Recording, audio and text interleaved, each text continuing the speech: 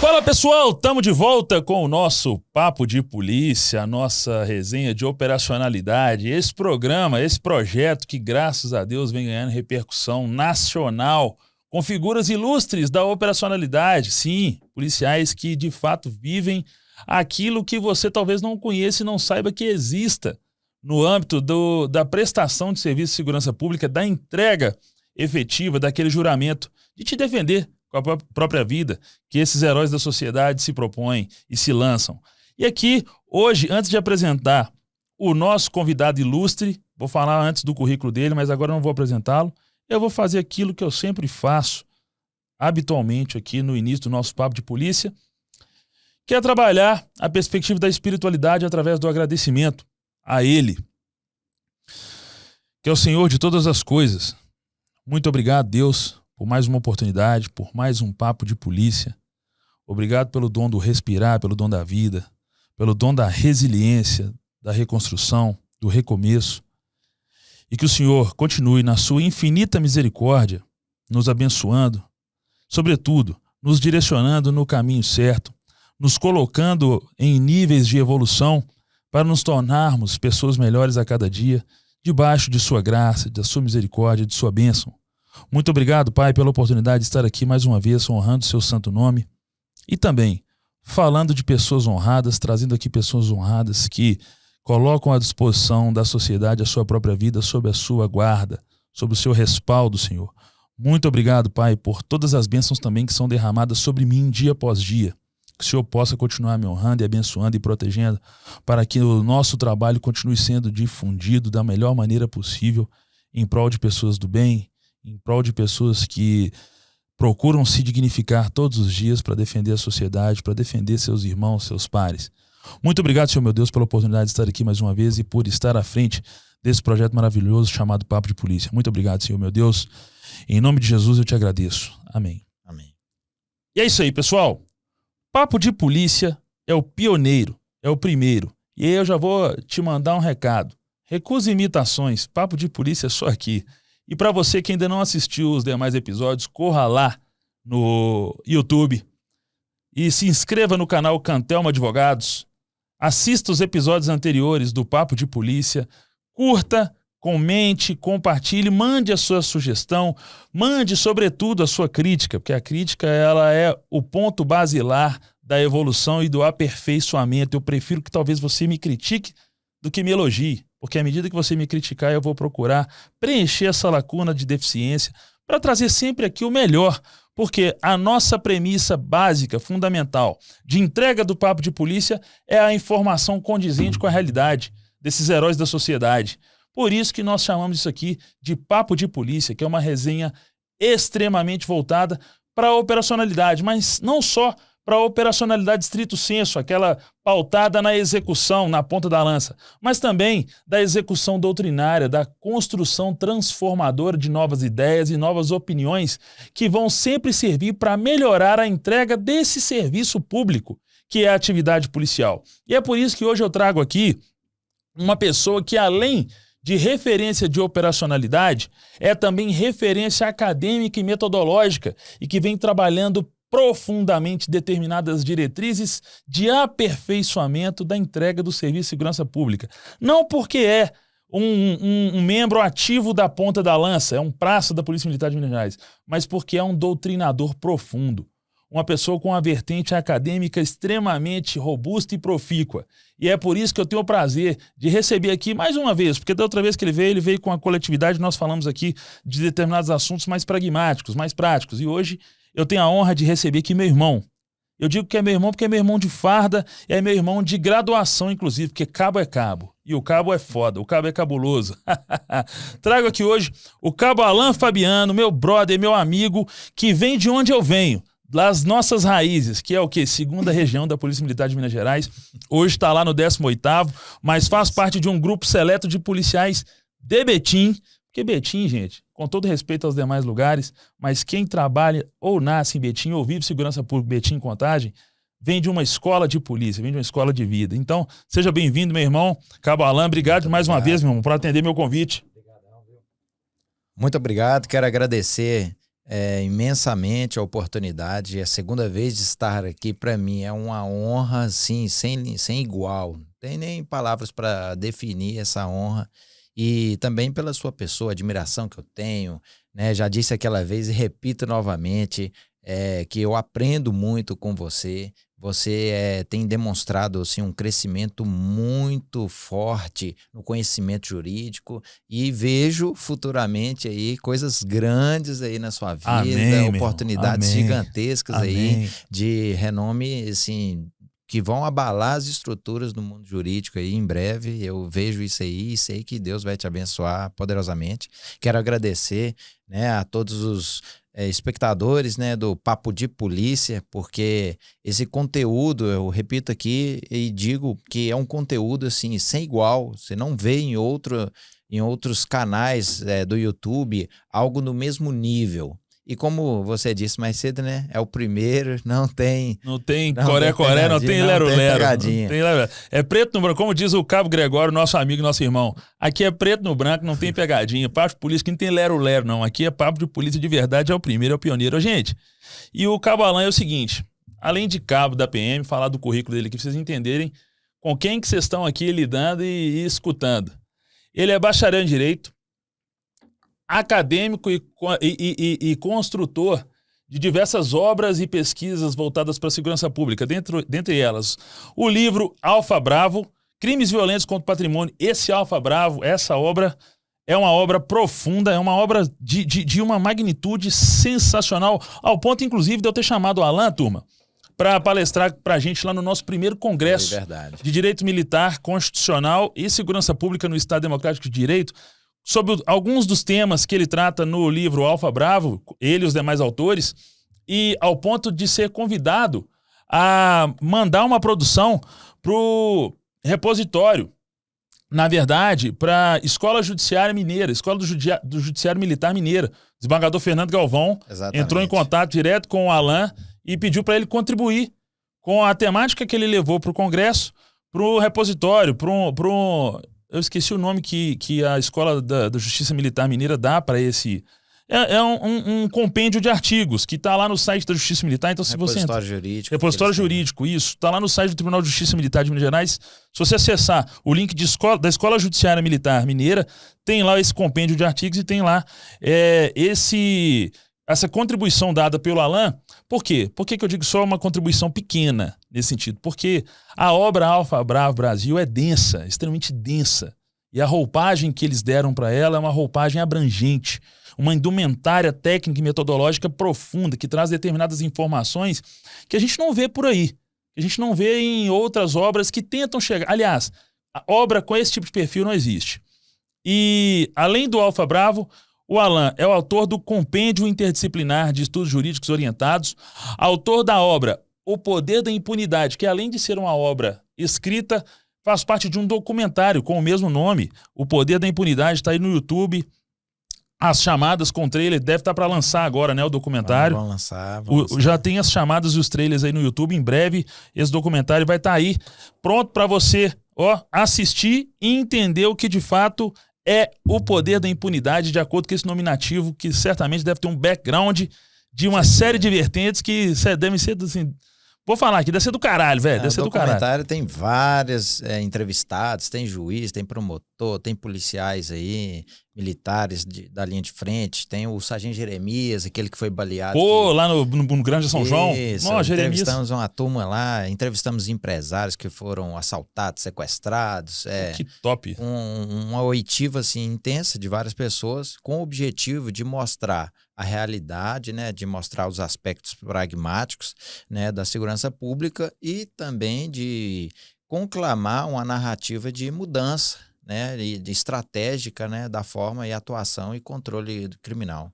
Maravilha. Jeremias, cara, nós vivemos um episódio, nós trabalhamos junto muito tempo, assim, na mesma guarnição a gente trabalhou, acho que umas 5 vezes, mas trabalhamos muito tempo no mesmo turno, cara, e eu e o Jeremias participamos de um momento sensível, conjuntamente, que nós somos denunciados na Comissão de Direitos Humanos da Assembleia, à época que o Durval Ângelo era o presidente da comissão.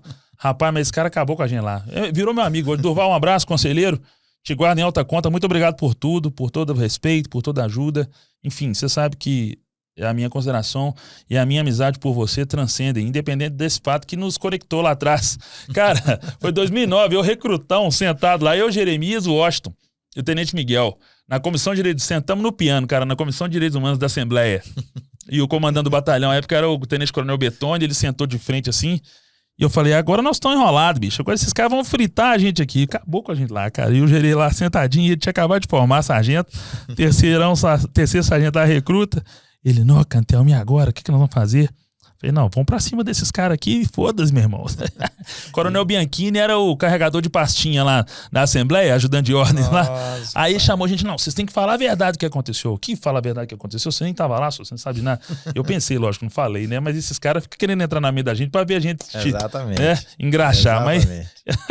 Mas Jeremias, humildade em pessoa, um cara que passou por uma situação complicada, né? De ter ali uma lesão permanente e tal, mas foi até reconhecido aí com uma promoção por A de Bravura. Né?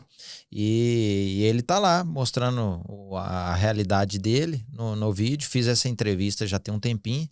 Vou confessar para você, Cantelmo, não é fácil produzir toda essa quantidade de trabalho, não. E um documentário é muito difícil de se fazer. E eu fazendo, eu pessoalmente, captação de áudio, captação de vídeo, tudo por minha conta. E edição, masterização de áudio, tudo isso é bem complicado. Você tá fazendo tudo sozinho, cara? Tudo sozinho, tudo sozinho. Sem recursos, é muito difícil obter patrocínio, muito difícil obter ali uma ajuda externa. E parece que assim, quando você é praça, tudo é mais difícil. Né? Quando vem da base, tudo é mais complicado. Obviamente, eu também não tenho aquela lambeção de bota, então não fico aí correndo atrás de muita gente com o objetivo de ficar atendendo meus interesses. Então, eu procurei de forma autodidata, eu fui lá, adquiri um equipamento, comprei câmera, microfone e tudo, e fui desbravando aquilo ali, aprendendo de forma leiga, e consegui fazer um material bacana. Temos uma edição, sim, eu acredito que esteja numa qualidade que eu posso dizer que seja profissional, mas né, vai ficar a critério dos críticos aí avaliar se realmente vai estar profissional ou não. Para além dessa questão técnica, o meu objetivo é o conteúdo que eu quero passar, né? Aquilo que está lá dentro. Então tem entrevistas do juiz Cavalieri. Wagner Cavalieri, que é um cara... acima da média. Acima da média, totalmente diferenciado. E ele falando da defesa dele, do fim da progressão de regime para um outro sistema, que seria o regime fechado e o aberto. Seria, na cabeça dele, ele entende que... Não tem que ter esse nível intermediário da execução. Exatamente, sem o semiaberto, né? E aí, critérios semelhantes aos americanos e o alemão, um misto ali. E é interessante a colocação dele, temos outras pessoas, né? Então foi muito bacana. Para mim foi enriquecedor. Só de entrevistar tantas personalidades, tantas pessoas e conhecer tantas histórias, já cresci muito. E que me ajudou depois, posteriormente, a fazer artigos científicos que acabou culminando com o Alfa Bravo Brasil. E vou até aproveitar aqui a oportunidade para te fazer um convite para ser entrevistado. Porque... Estou à sua disposição, irmão. Aproveitar que a gente vai lançar aí esse ano, né? A minha previsão é eu conseguir lançar no final de 2023. Sim. E aí, eu te entrevistando, a gente consegue ainda... Estou às suas ordens, irmão. Se você quiser fazer aí, eu estou à sua disposição. Meter essa cara larga minha lá e vamos... Eu já vou aproveitar, então, a oportunidade. Ó, turma, você aí que está assistindo o Papo de Polícia agora, está escutando isso aqui, documentário O Poder da Impunidade. A gente vive um momento muito peculiar no Brasil, né? Que perpassa por um exacerbado ativismo judicial, por um alto nível de relativização de determinados conceitos e valores sociais, morais, éticos, etc. e tal. Pensa bem, o poder da impunidade. A densidade que esse tipo de tema traz para a nossa sociedade e o tanto que isso pode reverberar em mudanças e avaliações conceituais profundas da sociedade. Estou te falando isso, estou chamando a atenção você, que é empresário, que é entusiasta da temática que afeta a segurança pública também, mas não só isso. A matéria afeta a antropologia, a vertentes sociais, sociológicas, etc. e tal. Está na hora de pegar o seu dinheiro e começar a investir no futuro da sociedade. Projeto barato isso aqui, não é caro não. tá assistindo o Papo de Polícia aí? Procura a gente, manda para mim um direct lá no Instagram, no @berlink ou no @Cantelma Advocacia, ou até diretamente para ele, no @Professor Alan Oficial. Ajuda essa causa, financia isso aí. Não é caro não. Pega um dinheirinho que você tá gastando com bobagem, ajuda isso aqui. Vale a pena. É pro futuro da nossa sociedade. O poder da impunidade. Já pensou se você ajuda isso aqui, tem lá a sua logomarca sendo veiculada como um agente transformador através de um financiamento? Isso é importante. Pensa bem, faz essa leitura aí, procura o Alan, procura a gente aqui e vamos ajudar esse projeto para esse documentário ser mais profundo e robusto do que já é. Oh, muito obrigado, agradeço aí. Tamo junto demais, irmão, tamo junto. Alan, vamos começar. Alfa Bravo Brasil, crimes violentos contra o patrimônio, irmão. Senta o bambu aí. Pois é, vou mostrar aqui, né, o pessoal que estiver vendo. Alfa Bravo Brasil, crimes violentos contra o patrimônio, é uma obra feita por vários profissionais de segurança pública atuantes aí em várias instituições, né? Tem promotores de justiça, tem policiais federais, peritos criminais da Polícia Federal, tem oficiais das polícias militares de várias corporações do país, e tem eu, o único praça, né, dentre esse grupo aí, Essa parte que eu gosto. O único praça. Essa parte que eu gosto. Né? Estive, né, nesse grupo e ainda estou fazendo parte do grupo maior que vai lançar aí o próximo Alfa Bravo, a convite do Ricardo Matias, que é um policial federal de vasta experiência e que prendeu gente grande aí no país e é um profundo conhecedor e agora também doutrinador, né, das ciências policiais. Fez o convite para tratar a respeito em 2015 ali, o pessoal falava explosão de caixa eletrônico. Uhum. Depois o pessoal foi estudando, foi tendo ali um contato maior com os fenômenos criminais e descobriu-se que não era apenas explosão de caixa eletrônico. E o Ricardo Matias, ele trouxe a denominação de domínio de cidades. A Polícia Federal, ela tinha um manual em que ela chamava de tomada de cidades, mas baseada no que o povo na mídia chamava de novo cangaço. Sim. O Ricardo Matias, ele fez uma análise mais apurada e ele acabou trazendo o termo domínio de cidades, porque o que os criminosos, as organizações criminosas e os grupos criminosos, ele especificamente ele chama de grupos criminosos. Ele até evita falar organização criminosa, por questões técnicas envolvendo os vínculos dos criminosos que não são compatíveis com a lei de organização criminosa. Então, ele prefere chamar de grupos criminosos. E esses grupos, eles tomavam cidades, a princípio cidades de interior, depois foi aumentando os limites territoriais, chegando a ponto de tomar cidades grandes, cidades com mais de 1 milhão de habitantes, que é 1.800.000 habitantes.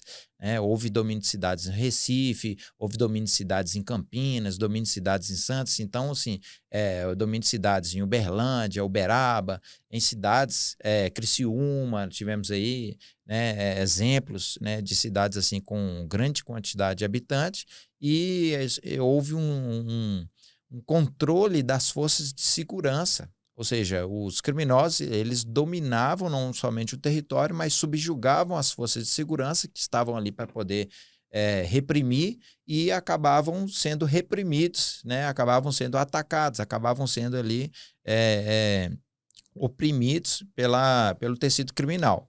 Então, Ricardo Matias, ele tentando formular uma obra que pudesse tratar de domínio de cidades de forma completa, ele chamou vários profissionais no Brasil inteiro que estavam de forma individual tratando desse assunto.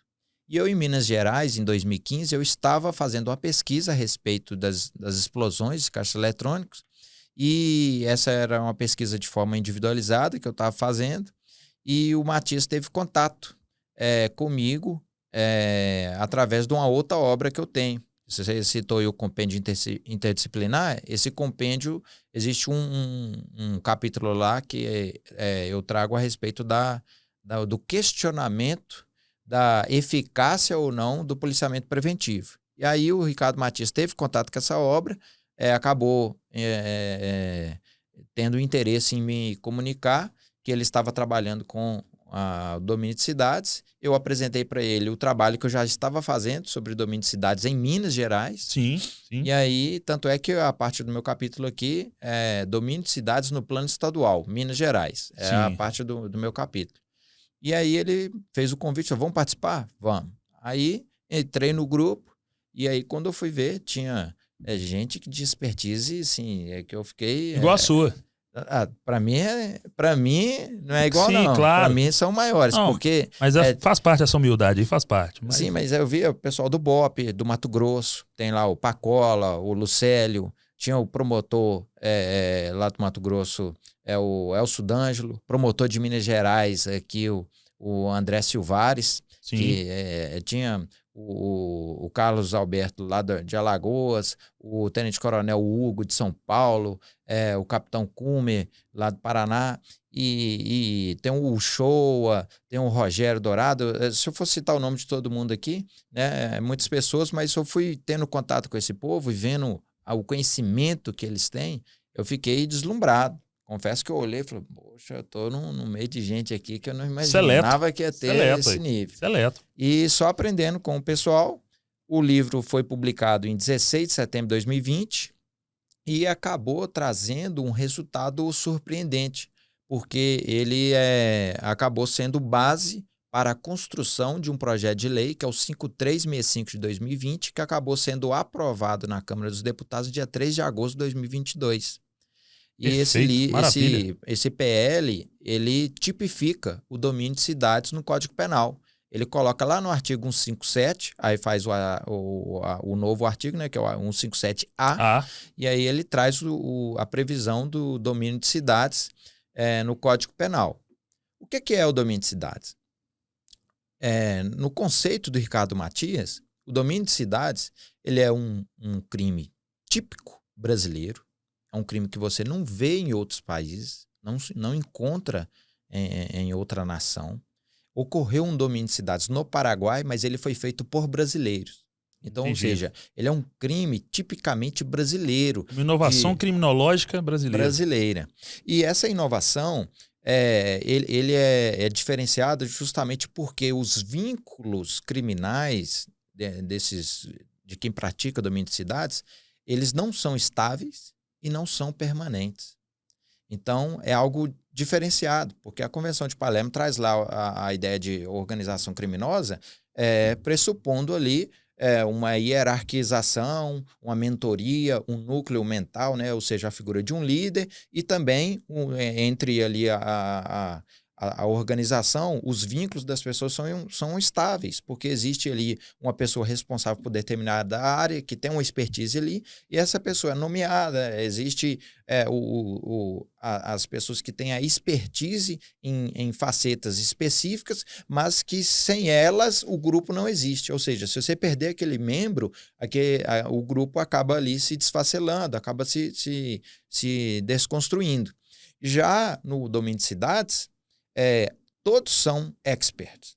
Porém, se um sair, existe outro que se põe no lugar e não existe declínio da força do grupo. A peça de reposição no mesmo nível. Exatamente. Aí o Ricardo Matias, ele até trata de articulação criminosa. Ele substitui o termo organização criminosa e vai para articulação criminosa, que acaba se assimilando aos termos de redes criminais. Tem até um livro chamado Criminofísica, do Bruno Requião, que também foi um policial federal que fez esse livro Criminofísica, que ele utiliza as teorias da física para explicar a criminalidade.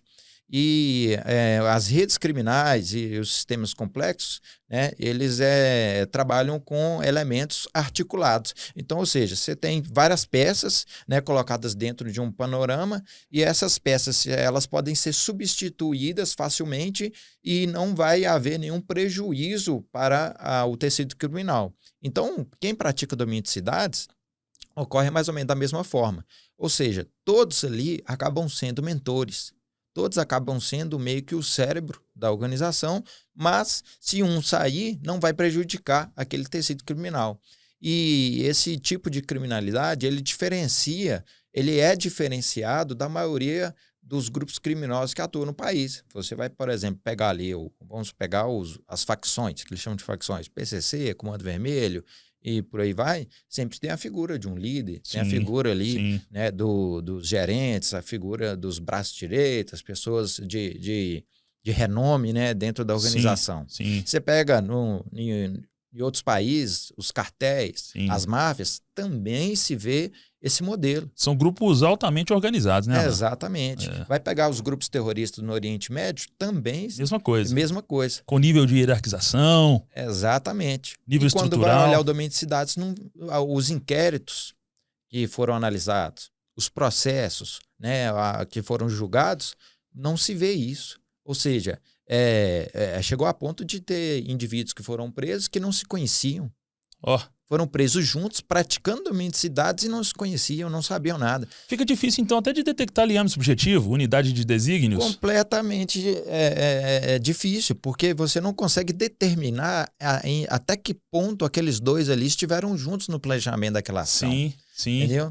E, então, ou seja, é uma evolução que o tecido criminal perpetrou que exige com que nós, pesquisadores, com que os magistrados, advogados, promotores e todo mundo que atua no campo do direito e atua também no campo das ciências policiais, exige uma visão holística, exige um pensamento de parar e falar assim, não, o que está acontecendo? É uma roupagem criminal metamórfica, né, cara? Exatamente. E o PL, ele está saindo, ele surgiu através disso. O deputado Sanderson, lá do Rio Grande do Sul, ele vislumbrou que esse conceito é um conceito ajustado à realidade e falou assim, não, vamos colocar isso aqui na lei para a gente fazer frente. Positivar e tipificar isso aqui. Porque senão, daqui a pouco o domínio de cidades vai evoluir ainda mais. E não condena ninguém. E ao invés de dominar territórios, né, igual a maioria das pessoas, antigamente o pessoal fala assim, eles vão atacar instituições financeiras, vão dominar uma cidade para atacar instituições financeiras. E não é. Domínio de cidades, inclusive, foi utilizado em Piraquara, por exemplo, em João Pessoa, para resgatar presos. Olha só. Você teve, por exemplo, em João Pessoa, que eles resgataram 108 presos. Então não é só o proveito econômico, não é só a questão patrimonial da coisa. Justamente. Toda aquela ação se torna um modus operandi para atingir fins difusos, fins diversos. Estruturas estatais. Exatamente. E imagine, o Ricardo Martins ele até fala muito. Imaginemos domínio de cidades para poder invadir o Palácio do Governador. Sim. Domínio de cidades para poder pegar o Palácio da Alvorada. Sim. É possível. É possível. Se a gente pegar, por exemplo, as organizações criminosas no México, a qual eles chegam ali a atingir figuras, né, políticas de grande nome. Se o domínio de cidades, o pessoal que pratica o domínio de cidades quisesse atingir figuras políticas, eles conseguem fazer isso e ainda vão subjugar as forças de segurança. Porque as forças de segurança elas estão preparadas, altamente preparadas para o combate? Estão.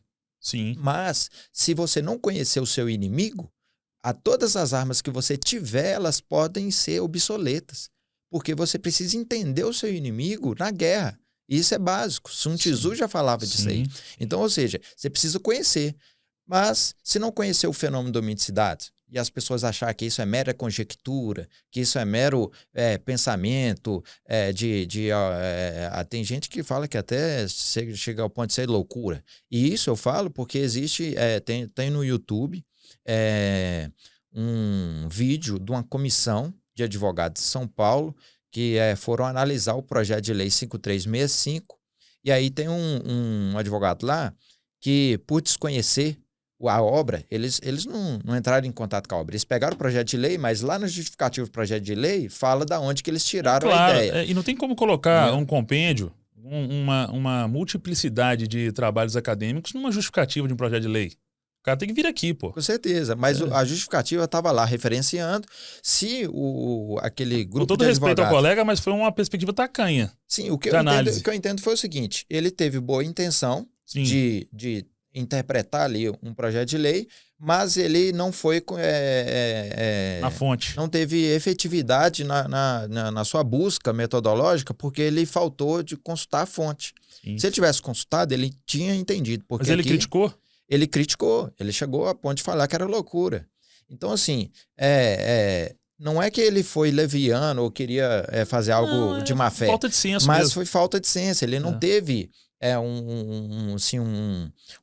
ele não teve, como é que eu posso dizer, utilizando uma palavra assim, mais leiga, né? Ele não teve um afinco em querer conhecer mais sobre o assunto. Sim, ele fez de forma rasa. Sim. E aí, quando eu vi esse vídeo, eu assisti aquilo ali e falei assim, não, a gente precisa difundir mais esse conhecimento, precisa penetrar mais no tecido social do campo do direito para que essas pessoas possam conhecer e entender. Quando surgiu aquela oportunidade que você me deu de participar do seminário, né, e tantas personalidades ali, de várias vertentes do direito, aquilo ali para mim foi uma oportunidade excepcional, porque eu pude levar conceitos de dominicidade de pessoas que nem nunca tinham ouvido falar. Sim. Com exceção daquela defensora pública que deu um show. A Letícia Barra. Isso, a Letícia Barra, que deu um show lá e que eu até fiquei surpreso dela falando que ela tinha conhecimento do Alfa Bravo Brasil e que ela estava surpresa em conhecer o autor ali, que ela nem imaginava que ia conhecer. Essas surpresas que a vida coloca, né? Que ali foi e muito grato. Onde eu pisar, você tá pisando comigo, irmão. Você tá doido, senhor? Onde eu tiver a oportunidade de colocar pra você pra falar, você vai falar. Agradeço de coração. E aquilo ali foi, para nós, assim, uma oportunidade gigante. O Alfa Bravo Brasil, a gente está tentando, de todas as formas e maneiras, fazer com que seja difundido para evitar esses equívocos de interpretação, igual eu citei aqui a respeito desses advogados. E aí tem, por exemplo, alguns seminários que estão sendo feitos em alguns estados. Por exemplo, foi feito lá no Paraná, o simpósio operacional que trata exclusivamente, né, do domínio de cidades. Aí um foi feito em Umuarama, o segundo em Curitiba e agora vai ter um terceiro em Foz do Iguaçu. E eles tratam, né, eles vão explicando ali para as pessoas de várias regiões a respeito do domínio de cidades. Para mim, isso é importante porque se você fizer com que o povo entenda que domínio de cidades é algo diferenciado, que não existe nada igual a domínio de cidades, e inclusive até o novo cangaço é diferente de domínio de cidades. Sim. Na hora que você consegue clarificar isso para a comunidade acadêmica, a comunidade científica e também a comunidade policial, você vai ter, nós acreditamos que os resultados eles vão vir. Os resultados no controle dessa criminalidade. É importante você explicar, Alan, que não existe nada igual ao conceito de domínio de cidades no aspecto acadêmico, mas que o domínio de cidades do aspecto prático e objetivo da criminalidade já existe. Não, já existe. O tempo inteiro. Cara, eu vi uma matéria dias atrás, na verdade, eu nem sei onde foi, mas enfim, uma operação lá no México para prender o filho do El Chapo, El Raton. Isso. Cara, e o nível de estruturação que a organização, que o grupo criminoso, não é a organização criminosa, que eu vou seguir a linha do Ricardo, né? É Ricardo, né? Matias. Ricardo Matias. Que o grupo criminoso montou é um trem fora do comum. Eles têm uma cidade que é deles. A cidade é deles. Não é o conceito efetivo disso, né? Do crime.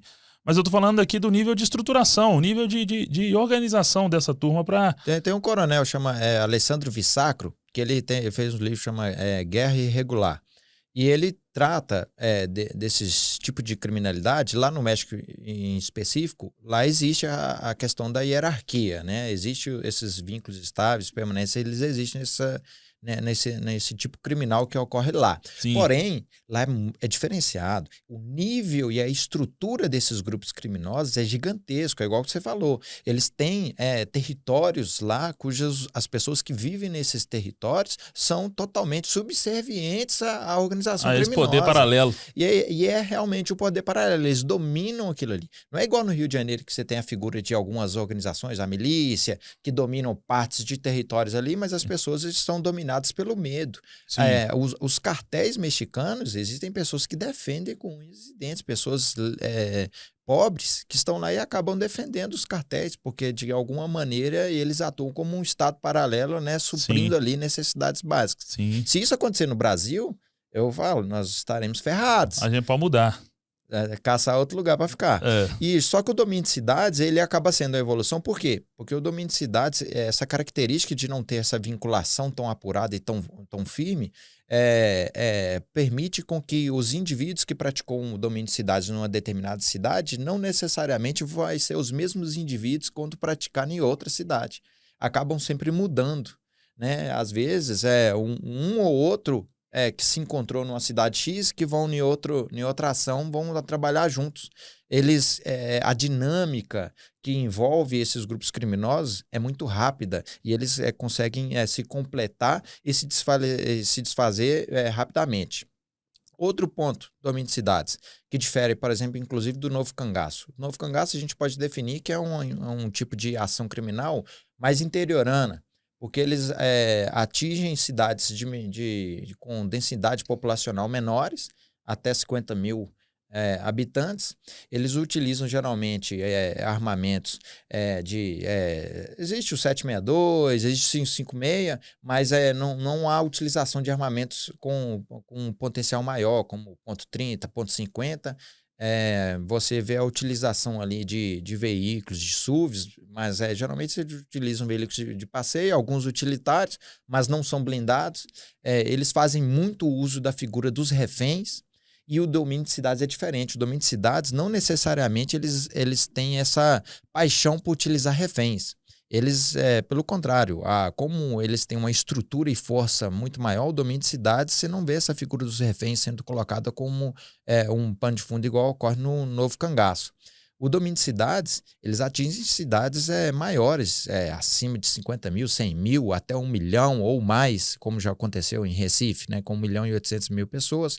Eles utilizam veículos blindados, a utilização de armamento .30, .50, eles conseguem... De grosso calibre. Eles praticam a destruição de torres de energia, torres de telecomunicação.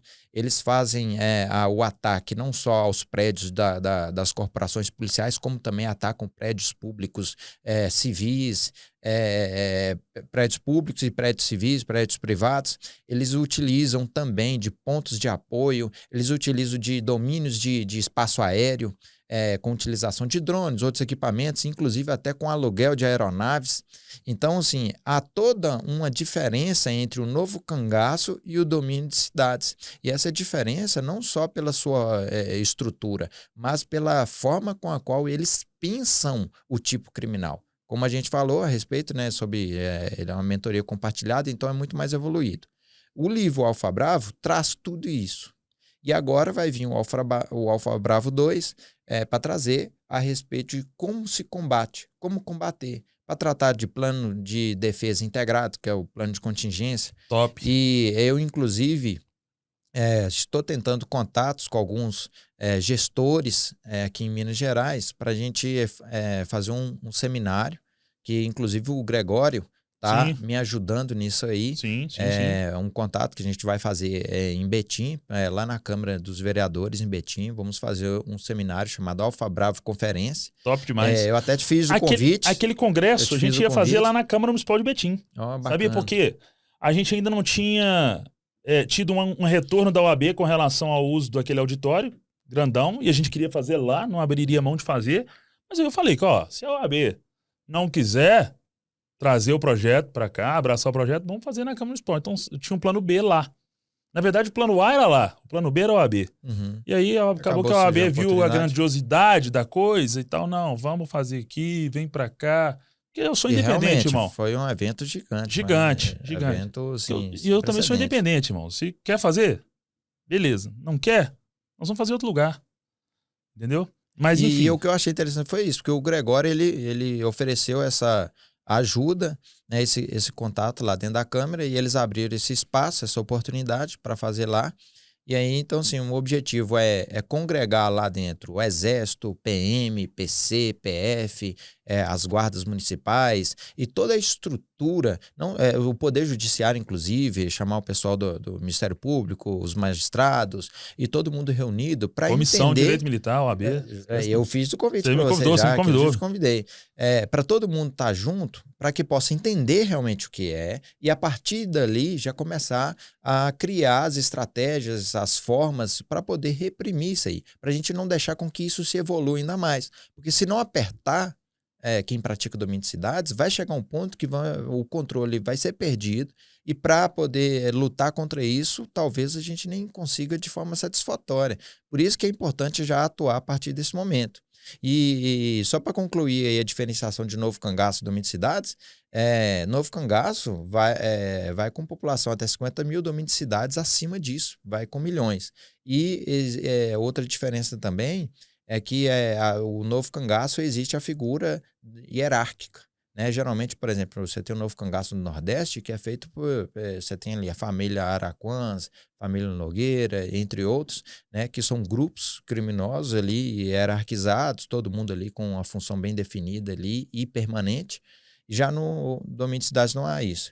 Então, eu queria tratar dessa diferenciação, porque na outra oportunidade eu não tive, né, esse tempo de definir ali o que é Novo Cangaço, Domínio de Cidades. E também porque a gente vê muito profissional que vai tentar tratar do assunto e aí ele coloca no mesmo bojo os dois tipos criminais.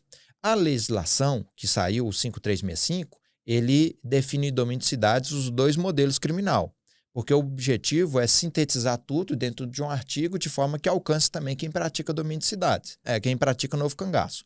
Mas eu declaro como válido esse projeto que foi aprovado, desse projeto de lei, porque ele ainda traz algo novo, que só a lei de terrorismo e também o crime de moeda falsa, que é a punição para os atos preparatórios que existe nesse projeto de lei. E essa punição, ela é interessante. Vamos pegar o caso de Varginha, aquele povo que acabou morrendo naquela ação lá. Concretizou alguma parte dos atos preparatórios. Exatamente. Ali já tinham atos preparatórios ali consumados. Sim. E então a lei, ela prevê a punição para isso. Vamos supor que aqueles indivíduos não tivessem morrido, eles, se essa lei tivesse já assim aprovada no tempo deles, eles se o tipo penal tivesse vigente, exatamente, né? Eles iriam responder por domínio de cidades naquela ocasião. Então, assim, o livro está aí, espero que o pessoal possa ter contato aí com ele, pode adquirir pelo site da editora, ou pelo site do Alfa Bravo Brasil também, entrar em contato aí nas redes sociais também. E agradecer, né, por esse momento de estar falando isso aqui, que essa obra aqui é obra de vida, viu? Que é muita gente trabalhando, muita gente gastando tempo a respeito desse trabalho aqui. E esse aí é meu? Esse aqui é seu. Fiz até uma dedicatória aí. Pô, meu irmão. Tá, cara, aí. Você tá doido. Obrigado, cara. Obrigado. Para meu amigo e irmão, o grande Berlim Cantelmo, Deus te abençoe ricamente, irmão. Pô, Alan, obrigado demais, irmão. Obrigado demais. Dá conta. Turma aqui, ó. Editora CRV. Alfa Bravo Brasil, crimes violentos contra o patrimônio. Quer aprofundar, quer entender e não falar bobagem sobre isso aqui? Compra o livro. Cara, eu tenho percebido isso, a turma, o brasileiro, não sei se é reflexo da pandemia, mas o brasileiro voltou a comprar livro. Exato. A turma voltou a comprar livro, Notei cara. É isso mesmo. Eu tenho percebido isso esses dias. Eu estava fazendo uma pesquisa sobre retorno da leitura nas escolas, etc. e tal. Parece que a pandemia forçou, não sei, não tem esse diagnóstico, não tem esse prognóstico também para chegar a essa conclusão. Mas a turma passou a ler mais. Cara, importante demais. Para você, então, que quer aprofundar nisso aqui, eu acho extremamente pertinente que aprofunde, sim. Alfa Bravo Brasil, crimes violentos contra o patrimônio. Entender a diferenciação específica entre Novo Cangaço e domínio de cidades. O que eu acredito, Alan, eu sinceramente ainda não aprofundei. Eu já li a obra, mas não aprofundei, cara. Eu acredito, inclusive, que a temática ou essa indumentária criada sob o nominativo Novo Cangaço venha a ficar subjugada, mitigada, porque eu acho que o que de fato acontece é o que vocês falaram que acontece, é domínio de cidades. Inclusive a Polícia Federal emitiu agora até uma portaria desse ano para tratar estratégias de combate a domínio de cidades. A própria Polícia Federal já reconheceu essa nominação e já está aceitando esse conceito, tanto é que eles emitiram uma portaria agora esse ano. Então, assim, para nós, eu fico feliz com tudo isso, porque só de participar com tanta gente gabaritada e ver resultados práticos, isso para mim, assim, eu considero feliz com essa situação. Cara, perfeito. E a oportunidade, igual aqui no seu programa, o seminário que você já me convidou, isso aí também assim, contribui demais para a disseminação. Eu espero que o Senado aprove esse projeto de lei, ele aprovando, e se Deus tocar no coração do presidente... Quem que é o relator no Senado, cara? Eu não tenho conhecimento do relator lá. Relator lá. É por causa que virou o governo agora, né? Vamos ver aí. Aí eu tô esperando a volta do pessoal trabalhar lá. Parece que eles vão fazer só a votação do presidente do Senado, já vai dar sequência aí no projeto. Tramitação. Na hora que eles fizerem, eu pretendo ali fazer o máximo de força possível para entrar em contato, né? Sim. Existe o Hélio de Freitas lá no Espírito Santo, que ele é o policial federal, inclusive autor aí de um dos livros, que ele faz um trabalho muito forte junto aos parlamentares lá dentro, junto com a FENAPEF, eles vão lá e trabalham com esse pessoal. E ele está à frente do Grupo Alfa Bravo para poder... FENAPEF é forte, cara. Federação Nacional dos Policiais Federais. Tem o Marcos Firme lá, que é o presidente lá da FENAPEF, ele está junto com o Hélio para tentar esse contato com os parlamentares para ver se aprova. Aprovando, cara, eu vou agradecer a Deus, falar, Senhor Jesus. Sensacional, a materialização. Tem feito materialização do projeto, aí. cara. Maravilhoso isso aqui. E se eu puder ajudar de alguma forma também a construir esse esforço de compreensão na turma lá, eu estou à disposição. Você já está ajudando. Eu participei de uma discussão com o pessoal da FENAPEF, cara, em 2015, a época que eu estava na Câmara, sobre o ciclo completo de polícia. A turma empoderada demais, cara. Eu esqueci o nome. Na época o Robalinho estava na representação dos procuradores federais, procuradores da República. Enfim, não vou lembrar do nome de todo mundo. Mas, cara, sucesso total, e eu peço a Deus que vocês consigam e que você consiga materializar esse pleito aqui na perspectiva e no modal legislativo, para que esse trabalho magnífico seja transformado em matéria penal, em tipo penal específico, para nós, mais uma vez, construirmos de maneira robusta o combate efetivo a isso que assola a todos nós. Porque isso aqui é matéria de utilidade pública, cara. Não, se essa lei for aprovada realmente, eu vou ficar feliz porque eu vou ver uma repressão sobre esses indivíduos e provavelmente a gente não vai ter casos semelhantes ao do Cabo Marques, lá em Santa Margarida, que aquele foi... Trabalhei com ele lá em Vespasiano, cara. Ele era de Vespasiano, do 36, e voltou para lá, que é a terra dele. Conseguiu, lutou para ser movimentado, para voltar para casa. Infelizmente. E aconteceu aquela situação. Então, assim, eu não gostaria de ver. E sério, quando eu fui fazer a citação sobre o caso dele no livro, eu fui ver as imagens lá e repetir aquelas imagens, eu confesso que eu falei assim, poxa, que situação que é essa? Eu fiquei emocionado quando estava fazendo o artigo, porque eu me coloquei no lugar dele. Sim. Né? Me coloquei na situação, a gente acaba se compadecendo daquilo ali, mas como policial, a gente se coloca, né? O que eu faria naquele momento ali. Exatamente. E às vezes um conhecimento sobre domínio de cidades, igual, por exemplo, existe a sugestão do Alfa Bravo Brasil de que os indivíduos policiais que trabalham nessas cidades com menos estrutura física, a recomendação nossa é o não enfrentamento.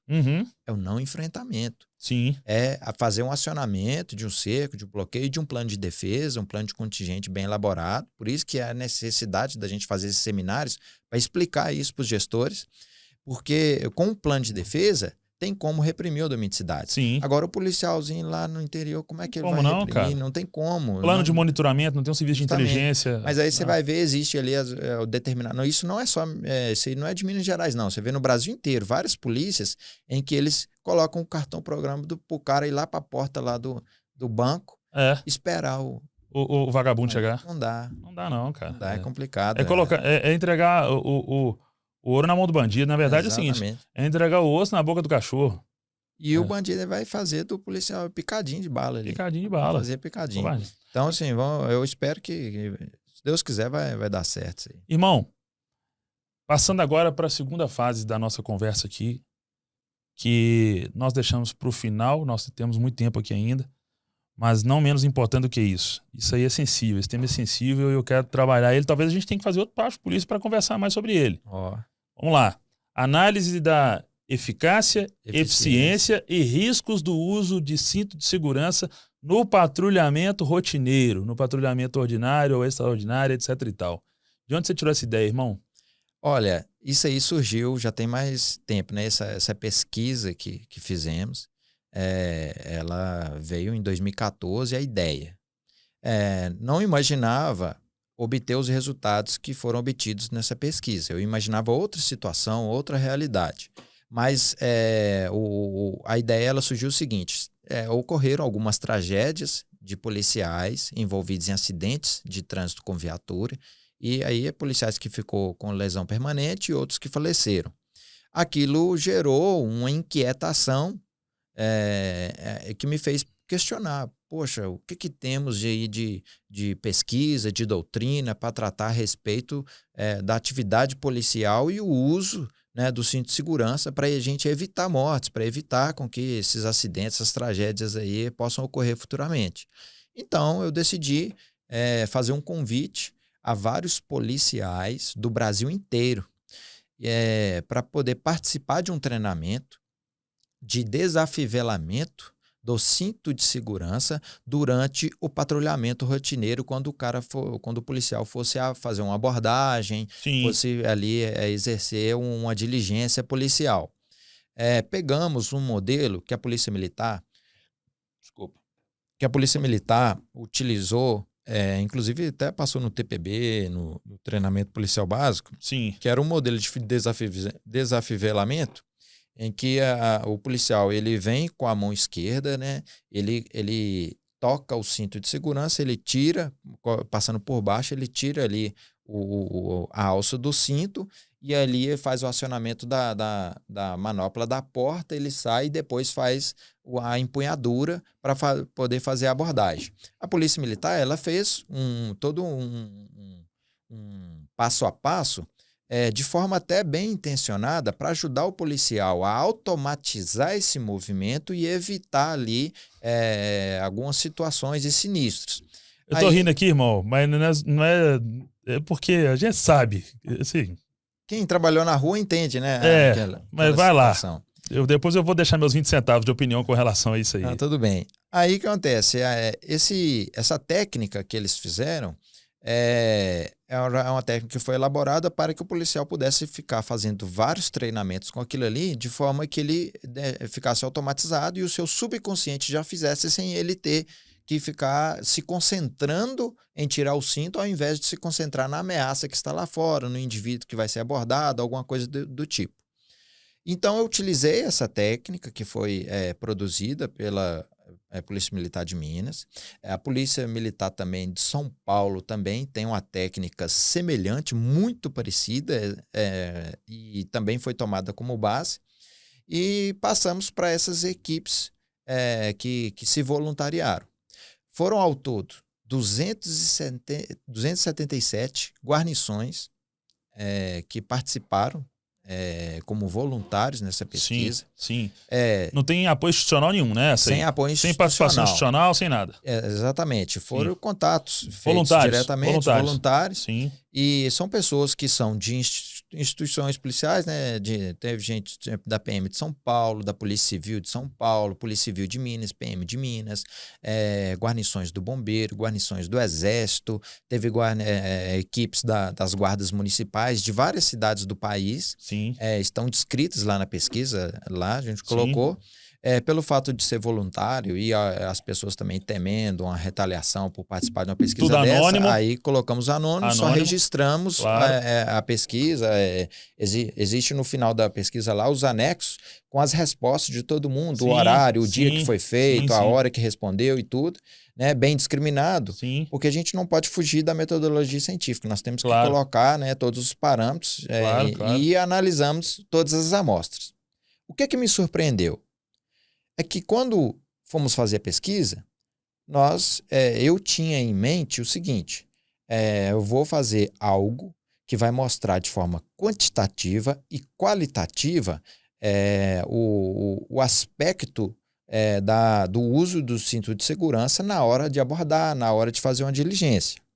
Eu imaginava que nós teríamos o seguinte, que eu iria ter um resultado que demonstrasse que o cinto de segurança é plenamente viável para a atividade policial.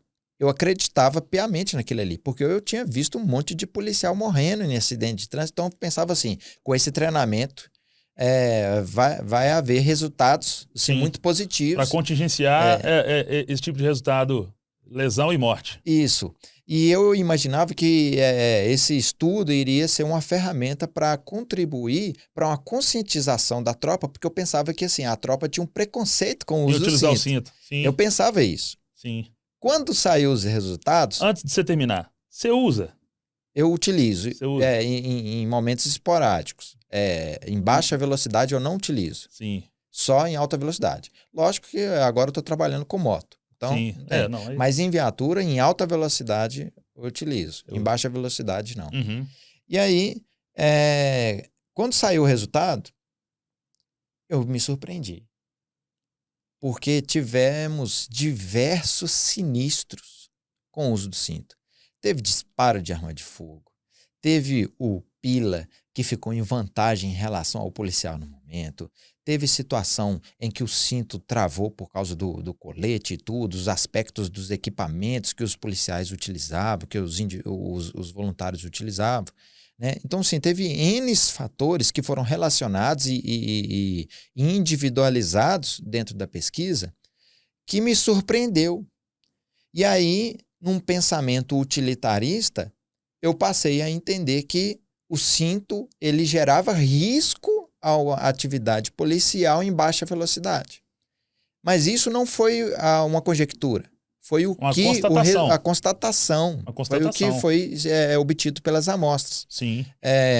Nas pesquisas tem parâmetros lá. Qual era a velocidade em que o policial trabalhava, a velocidade média de patrulhamento, os equipamentos que ele dispunha de segurança, né? Se tinha, a gente olhou também se tinha airbag Sim, e outros tipos de sim. dispositivos de segurança dentro Sim, da viatura. sim, sim. Olhamos parâmetros como o tempo de serviço do policial para saber se ele era um recrutão, uma pessoa que não sabia, né, ali não tinha aquele domínio total sobre Compleição viatura, física. tudo, compleição física e tudo. Vários parâmetros, sejam eles de ordem qualitativa, mas também as questões numéricas, quantos acidentes de trânsito se envolveu, quantos sinistros aconteceu, tudo aquilo bem delimitado. E quando saiu o resultado, eu fiquei surpreso, porque a grande maioria disse que foi muito difícil o uso do cinto durante o trabalho. Imagino. Demonstrou que eles tiveram muitas dificuldades com o uso do cinto durante o trabalho. E aí a pesquisa mostra que a esmagadora maioria dos participantes, eles trabalham em velocidade que gira em torno de 20 km por hora, 30 km por hora, até 60 km por hora, e uma outra parte, que é uma parte pequena, acima de 60, que geralmente é os policiais rodoviários, quem Sim. trabalha ali em vias que são de alta velocidade. E esses aí, o resultado obtido por eles foi um resultado mais satisfatório. O cinto de segurança não trouxe tantos problemas a estes colaboradores, né, que atuam em patrulhamento médio acima de 60 por hora. Eles relataram, pelo contrário, até pontos muito positivos em relação ao cinto de segurança. Inclusive aos sinistros em que se envolveram, o cinto de segurança foi plenamente eficaz. Sim. Porque o que eles demonstravam e o que podemos constatar foi o seguinte: o cinto de segurança ele é plenamente eficaz para reduzir lesões em choques, em acidentes. Sim. Ele é plenamente, não há que se questionar isso. É inquestionável. Não existe questionamento sobre isso. Mas, quando vai fazer a balança do custo e do benefício na atividade de policiamento, ele acaba sendo um fator que gera sinistros em baixas velocidades. E olha que interessante, ele gera o sinistro, mas esse sinistro ele vai aumentando à medida em que o policial vai se aproximando de áreas e zonas com maior probabilidade de abordagens. Por exemplo, o policial, existem áreas em que ele vai fazer uma única abordagem, existem áreas que ele não vai fazer nenhuma abordagem, mas existem áreas em que ele vai ter que abordar constantemente. E aí ele vai ficar colocando e tirando, colocando e tirando, colocando e tirando, colocando e tirando, colocando e tirando. E isso acaba gerando meio que um desgaste na mentalidade, no corpo, no trabalho e na eficiência do trabalho policial. Foi o que foi constatado. Não é a minha opinião. Sim, é o que eles relataram. Os gráficos estão todos lá. Sabe por que eu estava rindo naquela hora que você falou daquilo? Porque as instituições têm a mania, o vício, de querer resolver determinadas questões grandiosas com intervenções pontuais tacanhas, pequenas. Uma padronização nesse sentido precisa necessariamente passar por esse tipo de profundidade metodológica, de análise. Com certeza. E aí não basta você criar um memorando normativo e começar a mandar todo mundo fazer. E aí não para pensar que é o seguinte, vai morrer gente. Pô, A nossa não faz uma análise uma análise territorial, parâmetro social, parâmetro criminológico. Ah, tá, você vai trabalhar lá dentro do Jardim Teresópolis de cinto de segurança, tendo que abordar toda hora. Vai trabalhar lá, você tá trabalhando em qual setor agora lá? Eu trabalho de apoio às bases comunitárias. Na Nova Contagem ali? Não, eu trabalho no Petrolândia, São Caetano. Você vai trabalhar no São Caetano Vila Cristina ali. Vila Cristina, Petrolândia ali de cinto de segurança o tempo inteiro, irmão? Não dá. Não tem condição. Eu tava rindo por isso, porque eles querem... Igual a nossa área faz divisa diário com o sovaco das cobras. Sovaco ali. das cobras. Não, quer tampar buraco em caixa d'água com Durepox. Vai soltar depois. Era aí, por isso que eu tava rindo. Não, cara. eu entendo. Isso é porque isso aí sempre existiu no seio da tropa, esse pensamento. Mas não era porque eu pensava que era preconceito. Depois dessa pesquisa, eu entendi que, na realidade, a mentalidade que a tropa tinha é porque era uma constatação empírica de que eles tinham a respeito do trabalho deles. Não era um preconceito, era uma constatação. É porque, possivelmente, algum policial já fez, geralmente é o que eles chamavam do bodinho, né? O recruta. Recruta, você tá botando cinto aí, não sei o que e tal. E aí eles constatavam que ali geravam-se sinistros e o pessoal falou, não, se você fizer isso aí, você vai morrer, você vai tomar tiro e tal. E essa constatação, a pesquisa agora, ela vem como um fundamento científico para mostrar que existe um fenômeno de risco se utilizar o cinto em baixa velocidade. Sim. Então, ou seja, agora é uma obra científica. Eu falo que é científico porque nós utilizamos métodos científicos. Parâmetros científicos. Entendeu? São parâmetros científicos para poder analisar um fenômeno. A pesquisa, eu não fiz um discurso jurídico sobre o uso do cinto. Sim. Eu não fiz esse discurso jurídico. Eu evitei fazer, eu pretendo fazer posteriormente, talvez eu possa até fazer em colaboração com alguém, até mesmo porque eu entendo o seguinte, a minha opinião como autor dessa pesquisa, eu entendo que o cinto ele não pode deixar de ser utilizado. Eu acredito que o cinto ele deva ser utilizado. Só que eu acho que a gente deva fazer uma discussão jurídica para fomentar uma normatização legislativa que ampare o policial que não utilize em baixas velocidades. Entendeu? Porque até o momento a gente tem a obrigatoriedade do uso do cinto. E algumas instituições, ela não ampara o policial que se envolve em acidente e não tem ali a utilização do cinto declarada e confirmada. Sim. E aí, às vezes, ele acaba sendo afetado por uma lesão, que até mesmo permanente, e fica sem um amparo institucional sobre aquela situação ali. Então, acaba que a norma põe o policial entre a cruz e a espada. Ele fica sem um... Se acontece um acidente, por exemplo, bate a viatura, tá sem cinto de segurança, talvez não seja uma parada em AO. Exato.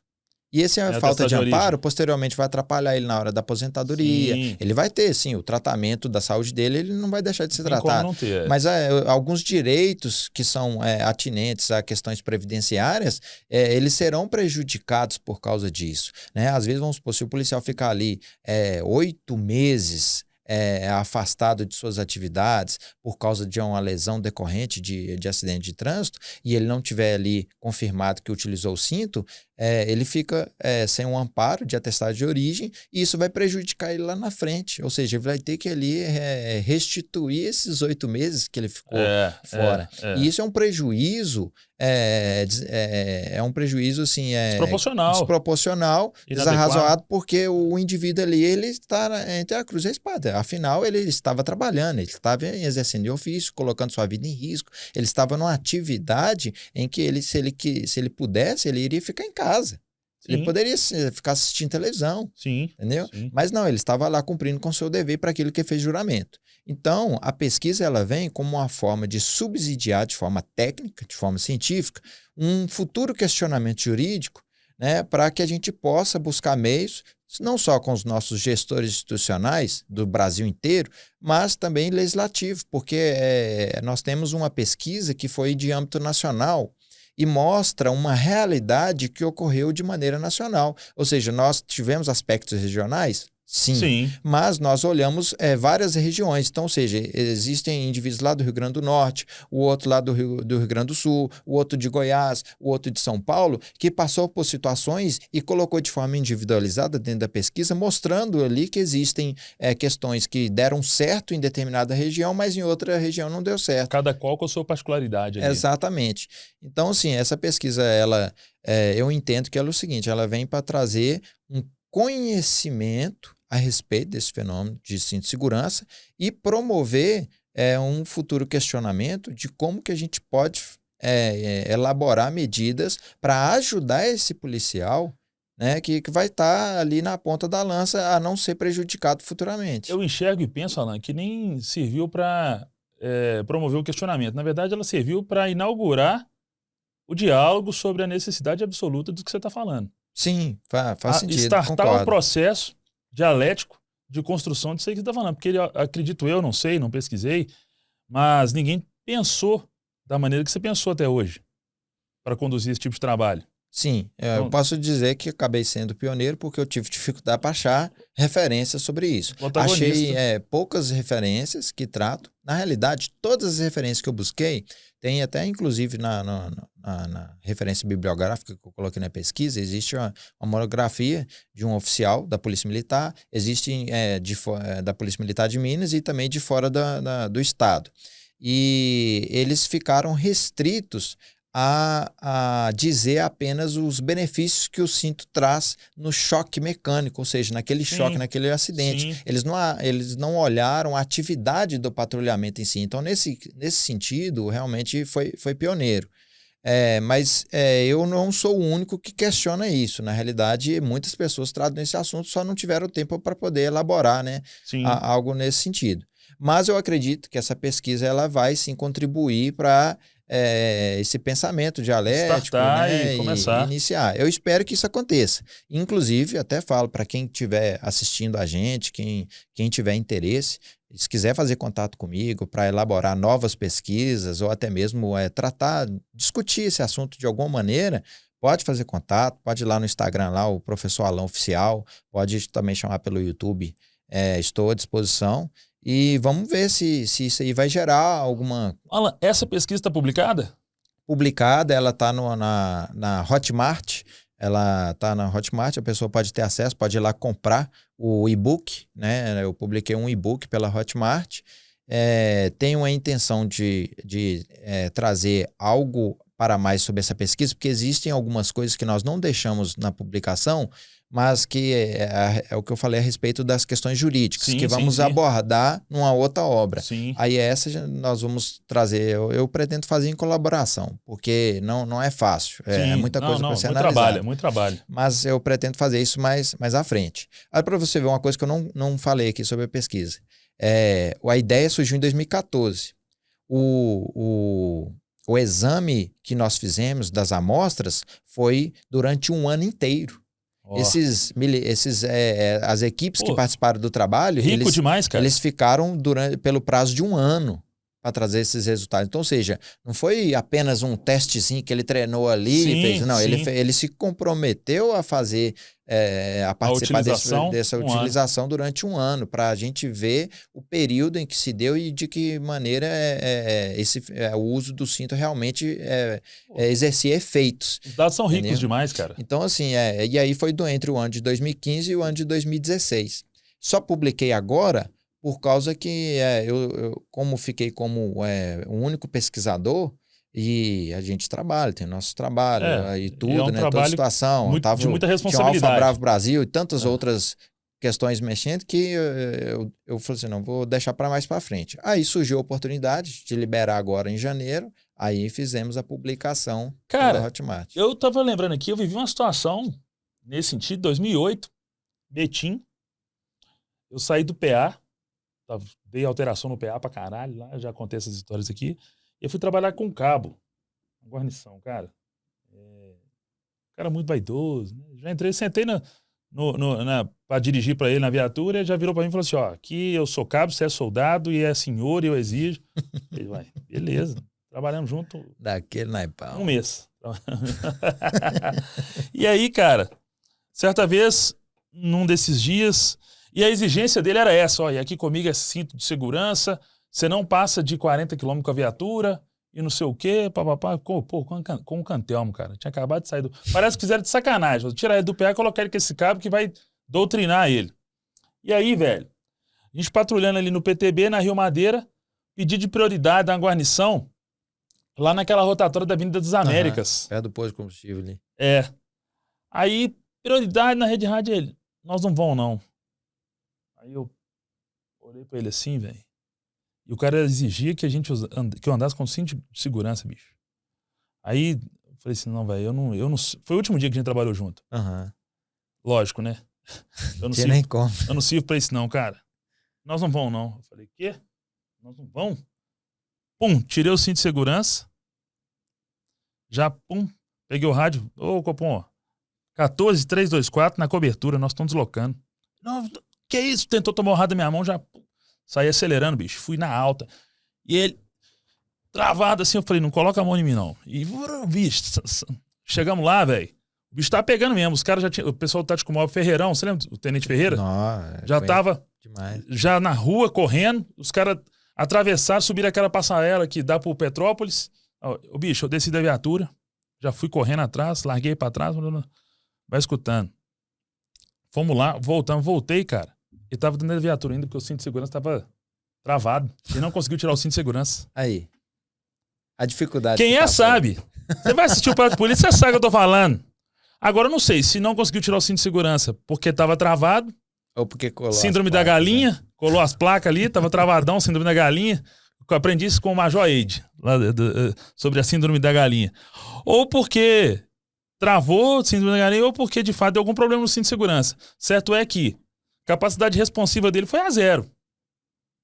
Gerando riscos. Gerando risco. Ah, mas e se batesse a viatura a 150 km por hora na rodovia, na BR-381 e tava sem cinto? Outro risco. Outro risco. Mas por que você não tirou o cinto na hora que começou a parar a viatura? Na hora, porque você tá em alta velocidade, você vai diminuir para parar. Com certeza. Então, enfim, cara, magnífica a sua ideia. São essas questões aí que, por exemplo, a ideia do treinamento era o quê? Era colocar o seguinte, passou de 60, avisa o restante da guarnição, ó, gente, vamos colocar aqui o cinto, e aí na hora que estiver reduzindo, falou, gente, ó, nós vamos fazer a abordagem lá para frente lá, então já tira o cinto aí. Essa voz de comando do comandante de guarnição, ela é imprescindível para que todo mundo em sintonia, porque é o momento que você ainda tem meio que a segurança de tempo de tirar e pôr. Porque o motorista também tem um prejuízo nisso aí, né? Toma um prejuízo. Na perseguição, o policial que está pilotando, está dirigindo, na realidade, ele fica comprometido demais. Porque ele está perseguindo, mas não tem jeito, ele não consegue dissociar o foco. Ele está prestando atenção na direção, está olhando a rua, o trânsito e tudo, e está perseguindo. Mas ele ainda assim está mantendo o foco no infrator. Enquanto o comandante de guarnição está mantendo mais o foco no infrator, e o patrulheiro também mantém esse foco nas questões atinentes, né? Que estão nas adjacências. Periféricas. E o motorista, ele tem esse foco duplo, porque ele acaba tendo que depender de olhar o que o infrator está fazendo para ele saber o que ele vai, como que ele vai manobrar, como que ele vai dar o próximo passo ali nesse acompanhamento, nessa perseguição. Porém, se o comandante de guarnição, na hora da velocidade que estiver em alta velocidade, ele não tiver esse discernimento, né, de falar, olha, coloca o cinto, ou então tira o cinto, fica o policial sem... Ele não vai utilizar cinto, ele não vai fazer nada. O treinamento, o que eu imagino que a Polícia Militar, tanto da PM de São Paulo e a de Minas, objetivaram, era o seguinte, era de condicionar o policial de maneira individual a fazer esse acionamento. O que eu sugiro na pesquisa é do comandante de guarnição ter esse condicionamento. Sim. A voz de comando igual, por exemplo, esse sargento, esse cabo aí que... entrega ele. Esse militar que te deu a voz de comando, ele foi inoportuno porque vocês estavam em baixa velocidade, o que vocês faziam ali era numa velocidade totalmente incompatível com o uso de cinto. Porque você precisa muito ali de sair, de desembarcar, de fazer. Porque também ele é um mochiba danado, o negócio dele não era nem abordar os outros. Então eu ele queria ficar. não queria tratar, né, não, mas eu posso, você não pode, eu posso. Mas, olhando assim no aspecto mais prático mesmo da atividade policial, suponhamos que nós não temos nenhum mochiba, todo mundo é imbuído. Sim. O cinto de segurança, se fosse normatizar isso, eu acho, sobre a minha sugestão, eu faria da seguinte forma. Ali até a partir de 60, o comandante de guarnição fica na responsabilidade de alertar os companheiros para colocar, e quando estiver ali próximo ali do alcance do infrator, todo mundo fazer ali o desafivelamento já com a baixa velocidade, reduzindo ali. Porque você também, por exemplo, 80 por hora, você não para de uma vez para abordagem. Todo mundo sabe aqui que a gente reduz a velocidade e depois faz a abordagem. Eu acho que é um lance até de disciplina consciente. Justamente. Só que essa consciência, ela tem que vir assim acompanhada de um treinamento. Então eu acho válido esse treinamento. Condicionamento. Porém, obrigar o policial em toda e qualquer circunstância a usar, isso é que gera risco. Porque se o objetivo é tutelar a vida, vou obrigar o cara a utilizar o cinto no momento em que o cinto acaba contribuindo para que ele faça um disparo acidental. Igual ocorreu na pesquisa, teve disparo acidental, o pessoal colocou. Nossa Senhora. Então, assim, e esse disparo, esse projeto vai para algum lugar. E se acaba tendo um fogo amigo? Ou então acerta um paisano na rua?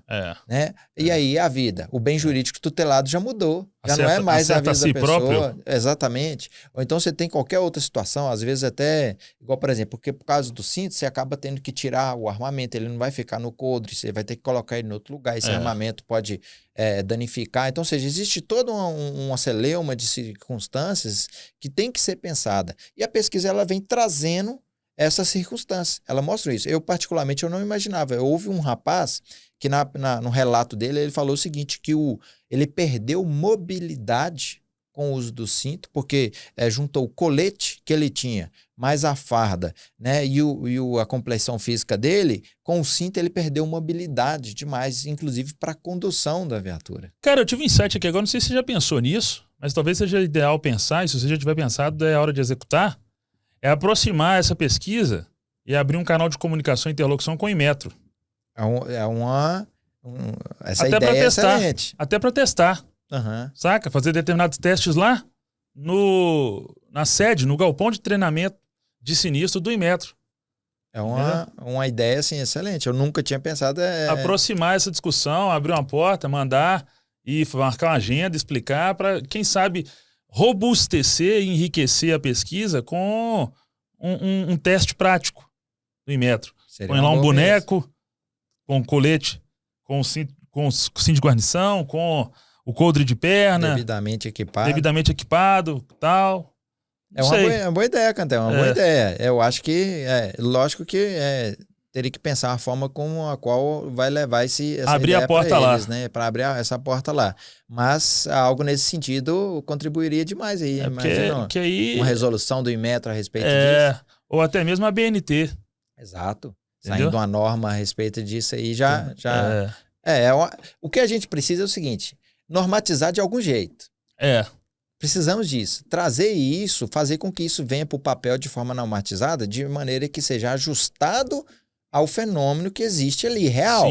Não adianta só, através do racionalismo, eu pensar, não, eu suponho que seja isso, eu suponho que seja aquilo. Não, é com base nisso, com base nisso, com base nisso e tal. De forma empírica mesmo, trazendo trazer a norma ajustada à realidade, né? Essa ideia é bacana, inclusive eu vou até começar a maturar isso aí para ver se... Senta o burrai. E conta com a sua ajuda, que eu sei que você sempre tem bons contatos, A gente tenta abrir porta aí, cara. Bons caminhos, vamos tentar olhar isso aí. Eu espero o seguinte, que a PM de Minas e nem a dos outros estados não veja essa pesquisa com preconceito, porque eu penso o seguinte, ciência é para construir pontes. Ciência não é para destruir pontes, é para construir pontes. Se existe alguém que tem um pensamento antagônico ao que a pesquisa está trazendo, que a gente possa ter o bom senso de se encontrar, de se comunicar e de estabelecer pontos a respeito de... Refletir eu não concordo com isso, conjuntamente. mas o que dá pra gente... Vamos mostrar isso aqui e tal. Porque eu penso o seguinte, eu não estou preocupado com ideologias. Igual, por exemplo, eu tinha uma ideia X a respeito do uso do cinto. Quando eu fui ver a pesquisa, eu me deparei com algo contrário ao que eu acreditava. E que já te fez mudar a concepção. Me fez mudar, porque eu não posso fechar os olhos para algo que está evidenciado. Claro, está ali, claro, entendeu? claro. E, então, assim, tem muita gente que às vezes é eivado desses pensamentos, né, individualizados. Egocentrismo, vaidade. Eu espero que as pessoas possam olhar para isso e falar, não, peraí, ali foi um trabalho sério, gente de tudo quanto é lado do país, tentaram fazer de maneira concreta. O povo que se comprometeu a fazer parte dessa pesquisa, cara, eu tive contato com eles durante 1 ano. Você tá doido. Imagina, eu nunca vi um cara lá de Minas Gerais... vem fazer contato comigo, me pede para eu ficar utilizando, vamos supor que na mentalidade do cara, né? Nossa, eu me comprometi a ficar utilizando isso durante 1 ano e tal, vai mudar ali meio que o habitual da atividade daquele indivíduo ali. E eles se comprometeram, foram pessoas idôneas ali, falaram, não, eu vou ajudar, vou participar. O dado é qualificado, altamente qualificado, né, cara? Os dados são altamente qualificados. Sim, exatamente. Então assim, é uma pesquisa que eu fiquei feliz de ter feito. Gastei muito tempo da minha vida particular para isso, eu espero que gere resultados. Meu objetivo é ajudar o policial na ponta. Eu não quero prejudicar o policial. Claro. O objetivo é ajudar ali o policial na ponta e minimizar as tragédias também. A essência da ideia é linda, é positiva, entendeu? E totalmente propositiva. Você deve ter visto, ficou sabendo da última viatura aí do pessoal do batalhão de policiamento especializado aqui de Minas, que capotou na Avenida Centauro. Então, assim, os policiais ali tiveram... O militar voou para fora. Voou, né? O veículo ali teve um problema, não foi de ordem, né, dos policiais, foi problema com o veículo em si, mas aí o policial acabou voando e tal. Ali a utilização do cinto poderia ajudar? Poderia, às vezes, minimizar, a gente nunca sabe, claro. Eu não consigo determinar, né, até em que medida, mas ou poderia minimizar. Maior investimento numa viatura que tenha um sistema de airbag. Exato. Você falando isso aí, me lembra igual nos Estados Unidos. Existem modelos automobilísticos específicos para atividade policial. Para cada portfólio. Aqui nós não temos isso. Nós temos uma adaptação para atividade policial. Lá não. Lá é um modelo desenhado para atividade policial, por portfólio. Sim. Então, assim, poderíamos ter isso aqui. Lógico. Sim, claro. Isso aí vai mexer com custo, estrutura, né? Recurso público. Acaba travando muita coisa. Mas, se tiver a boa vontade e as pessoas realmente quiserem mudar, podem... A viatura do resgate do bombeiro.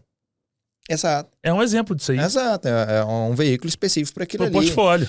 Por exemplo, os marroás que a Agrale faz pro Exército. Sim. Né? Sim. Então, ou seja, dá para pensar nesse sentido, dá para trabalhar. Sim. Né? Às vezes, quem sabe, até essas grandes montadoras brasileiras que fazem veículos, né, específicos, eles poderiam pensar nisso, trabalhar numa viatura exclusiva que possa... em linhas específicas para isso. Em linhas específicas, até mesmo junta com o Inmetro lá, estabelece ali um parâmetro, de forma que vai olhar e falar, não, vamos ver aqui, um policial médio, a estrutura física dele é X, que ele trabalha dessa forma, desse jeito, de que forma que a gente pode promover a segurança dele para choques mecânicos sem interromper e gerar risco na hora dele desembarcar, fazer ali os movimentos de pronta resposta ali. Levar essa ideia pro Elon Musk. Fazer isso na Tesla lá, ó. Jesus, para Deus nada é impossível. Nada, né? nada, absolutamente nada. E de um simples papo de polícia desse aqui pode ressair uma oportunidade gigantesca de uma mobilização disso aí, cara. Cantelmo, eu não duvido de nada hoje em dia. Duvido de nada. Não duvido não, cara. Porque quando a gente olha para nossa história, da onde que saímos, para onde Deus tem levado, a gente não pode duvidar de nada. Duvido de nada, cara. Né? Então, assim, nunca vou dizer que isso não vai acontecer. Eu já quebrei a cara já de tanto falar isso que eu não falo isso mais. Também. Mas o que eu espero é o seguinte, pessoas de boa vontade, se eu for utilizar aquela frase lá daquele cara da LBV lá, ó, que da Legião da Boa Vontade? E da Legião da Boa Vontade, né? Paulo Neto, né? Até esqueci como é que era eu não lembro o nome dele, o carequinha lá. Ele fala o seguinte, que pessoas de boa vontade conseguem mudar estruturas, sejam quais elas forem. Então, ou seja, pode ser o mundo, se é quais elas forem, pode ser qualquer tipo de estruturas, desde que tenha boa vontade. Eu tenho a boa vontade de pesquisar. Eu não consigo ir além, eu não sou um parlamentar, não sou... Cara, nada, isso é conceito bíblico, eu pesquiso. Irmão. É fé. Exato. Você acredita? Vai Exato. acontecer, você vaza. É real. Com certeza. Irmão, queria ficar contigo aqui a tarde inteira, mas Agradeço infelizmente demais. nós temos as limitações de horário, de agenda, de atribuições, o telefone tá pipoca o dia inteiro. Agora você é testemunho ocular do que acontece comigo. A turma deve me xingar. Deve falar, pô, esse Cantelão é mó estrela, não atende a gente, não responde Outro mensagem. dia eu fiz uma... Você não sabe bem disso, vou te contar isso aqui agora. Teve um militar, ele foi defendido por você, e aí ele falou assim, não, eu tô ligando pro cara, o cara não atende, não sei o quê. Eu falei, seu irmão, olha, o cara tá de férias, ele tá viajando, entra agora na rede social dele que você vai ver que ele fez uma publicação agora há pouco lá, de férias e tal, tá com a família, a esposa grávida e tudo. Cara, eu e você, quando a gente tira férias, a gente some do celular. Aí ele, mas tá de férias? Não sabia não, achei que ele tava falando, não, olha aí na rede social, vai lá. Aí foi lá na rede social, olhou, nossa, cara, eu ligando igual doido pra ele lá e tal. E aí eu falei assim, cara, a gente tem que observar isso aí, né? E realmente você tá ali, você tem que aproveitar, senão você fica doido. Mas eu tento ainda ser o mais disponível possível, cara, pra não acontecer isso aí. Mas tem hora que é impossível, tem hora que não dá, cara. Tem hora que... E isso antes, assim, há um ano atrás, me trouxe desgaste familiar, cara, porque eu não tinha tempo com a minha esposa, tempo com minha filha, tempo de qualidade. Mas também, óbvio, né, cara, eu não posso reclamar disso, porque, graças a Deus, se a procura é grande é porque a entrega é grande, a qualidade é grande. Exato. Mas é por isso que eu tenho time também, né, cara? E o meu time hoje, graças a Deus, atingiu um nível de autorresponsabilidade e de alto padrão de resolutividade que, graças a Deus, não posso reclamar de nada. Inclusive, são melhores do que eu em muita coisa, saca, velho? Que bom. Né? Mas, enfim, a gente vai tentando aqui adequar. Irmão, considerações finais, manda aí. O que eu gostaria de passar para quem está assistindo Papo de Polícia, quem sempre tem o costume de assistir, é o seguinte, o Papo de Polícia já me enriqueceu demais. Eu assisti aqui entrevistas do Gregório, do Barros, assisti entrevista do Fernando Galvão, inteligentíssimo, demais. Fora humildade, uma humildade, assim, cara... eu tive pouco contato com ele conversou comigo pedindo aquele artigo lá, mas quando eu vi a entrevista, você vai assistindo aquela pessoa falando, é como se você fizesse parte da rotina da vida da pessoa, e é assim que eu tenho visto as pessoas que são entrevistadas aqui. Então você que está assistindo, divulga, compartilha, lança nos grupos aí, se você é policial, lança nos grupos de polícia, se você é estudante de direito, lança nos grupos da sua faculdade, se você é advogado, lança nos grupos dos advogados aí, vai nas suas redes sociais, aonde você estiver, divulga isso aí, porque é material riquíssimo, você tem várias informações. E eu vejo isso aqui como algo... Assim, aquela hora eu profetizei aqui de que vai vir coisas maiores. Amém. Não é nem questão do que... algum cargo que você possa ter, alguma coisa, não. Sim. Eu imagino que futuramente, sei lá, até emissora de televisão te procurando aí para fazer algo nesse sentido, porque esse é um trabalho que tem dado resultado. Eu estou ali conversando com alguns colegas de faculdade, tem amigo meu, paisanaço, formado em Direito, que assistiu o Papo de Polícia e falou, nossa, cara, tem um advogado lá que chama os polícia lá, não sei o que. Eu falei, mano, aquele cara ali é cabo da reserva da polícia, lá não remunerada, o cara é fera e tal. E aí você vai ver que tá tendo alcance, que tem capilaridade, que a coisa tá indo pra frente. E quando chama atenção, os grandes acabam, falando, não, eu quero esse aqui pra mim, vamos trabalhar com ele. Então, cara, pode ter certeza que isso é magnífico. Eu só tenho que te agradecer, cara. Agradecer a Deus, sobretudo. Primeiramente a Deus. A você. Agradecer ao Tica, ao Alves, que acreditou nisso comigo lá atrás, quando nós fizemos o primeiro lá. Você também acreditou, você só não pôde ir, né? Eu não pude ir no dia que eu tava trabalhando. Mas você, o Alves, o Borges, enfim, cara, o Barros, esse projeto é nosso, irmão. Esse projeto é nosso. Nós pensamos junto e vai ser nosso até o final. Entendeu, cara? E eu só tenho a agradecer te abençoe poderosamente. Gostaria até de pedir uma oportunidade de eu te abençoar aqui com oração aqui. Agora, irmão. Para Deus levantar mais portas. Senhor nosso Deus, nosso Pai, nós agradecemos esse momento aqui. Eu particularmente, eu agradeço de todo o coração por essa oportunidade.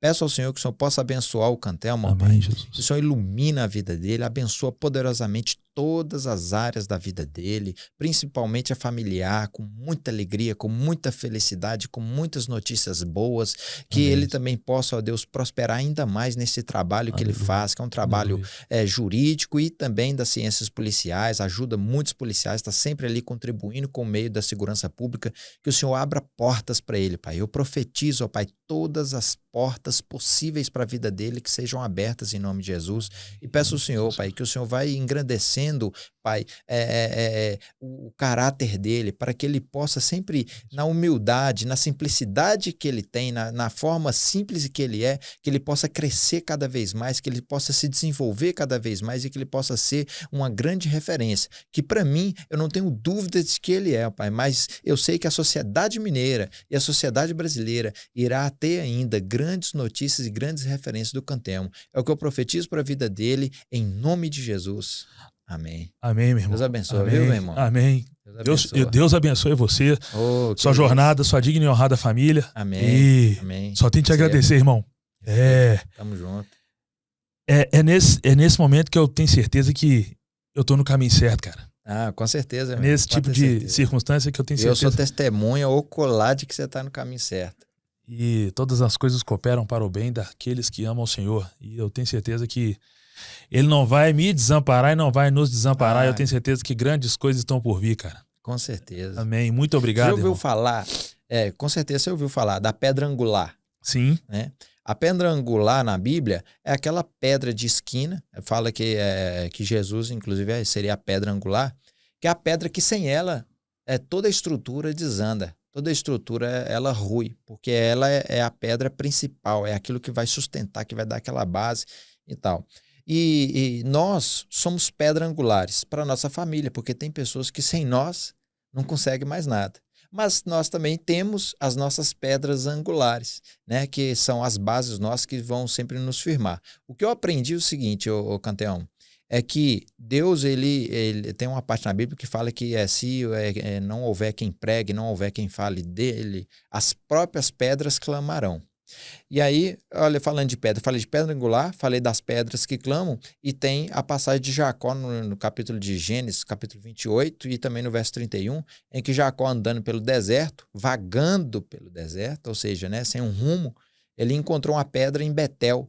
E quando ele pegou uma pedra, estava escuro, o deserto é frio, ele não tinha muitas coisas para ele se cobrir, ele pegou essa pedra, deitou, colocou a cabeça e dormiu. Quando ele acordou pela manhã, ele dormiu, descansou, ele se sentiu bem, porque ele acordou descansado, depois de ter andado no deserto, levantou a pedra, jogou um óleo em cima da pedra e falou, essa pedra aqui é a pedra do meu descanso, é a pedra onde eu me senti bem e agora eu vou para o rumo e vou dar um rumo na minha vida. Ele saiu mais adiante, lá no capítulo 31, Deus vira para Jacó e fala, você lembra lá em Betel quando você levantou uma pedra e jogou um óleo lá em cima?